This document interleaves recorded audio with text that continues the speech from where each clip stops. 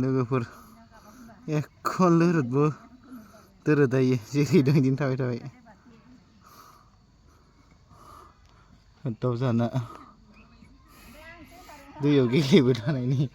नै ना बोननि होनलायना मासुला गेलेबाय दंमोन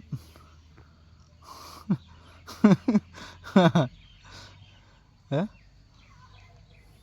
रायद' हो ओंख्रायनाय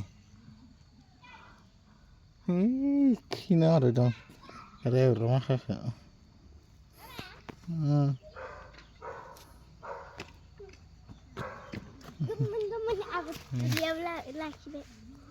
बोग्रि लाबदो नै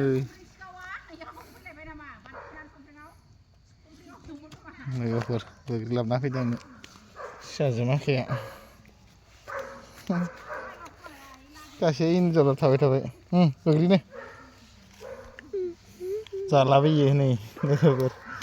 गारगार आं बन सिनबाय दं जोबथारसिगोन बन सिनबाय दं आङो बारा गैला मोनाखासिगोनबो मोनासिबाय लोगोफोर नै जेरै दं बिदिनो थाबाय थाबाय